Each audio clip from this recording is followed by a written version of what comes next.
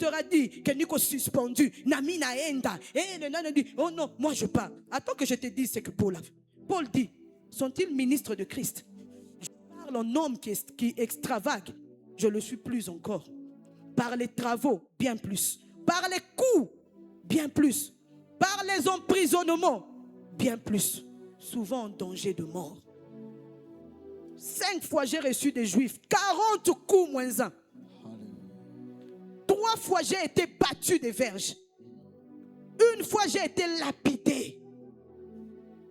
Donc on n'a même pas touché à ton habit. On t'a même pas touché, on t'a même pas fait ça, on t'a même pas touché. On a juste dit de toi que ceci, c'est là. Et là, tu te lèves, je pars, je pars. Paul, on a touché à sa chair. Dénudé devant tout le monde. 40 coups. Paul n'a jamais abandonné. Il a dit, j'ai été lapidé. 3 fois, j'ai fait naufrage. J'ai passé un jour et une nuit dans l'abîme. Fréquemment en voyage, j'ai été en péril sur le fleuve. En péril de la part des brigands. En péril de la part de ceux de ma nation. En péril de la part des païens. En péril dans les villes. En péril dans les déserts. En péril sur la mer. Et écoute ça, en péril parmi les faux frères. C'est-à-dire dans l'église. Il a connu le péril dans l'église. J'ai été dans le travail et dans la peine, exposé à de nombreuses veilles, à la faim, à la soif.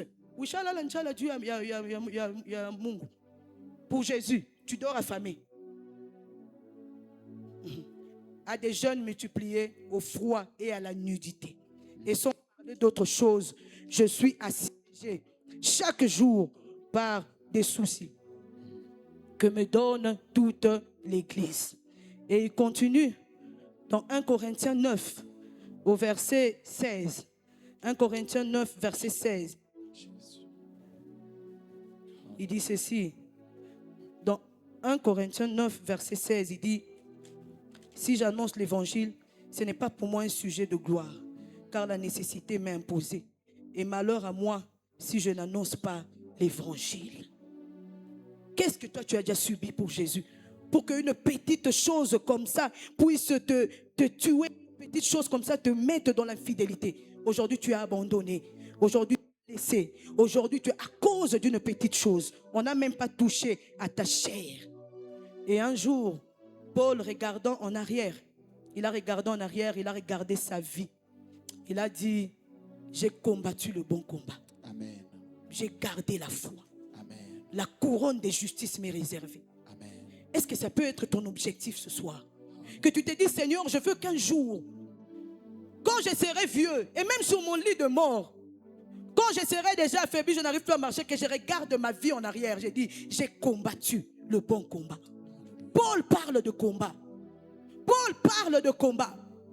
Et ailleurs, il dit, je cours, non pas comme battant l'air, je cours pour avoir la couronne. Je cours.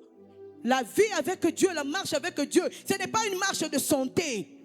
Paul dit, je cours. Quand on court, on est essoufflé. Quand on court, on voit pas ce qu'il y a à côté. Il y a un objectif. On court.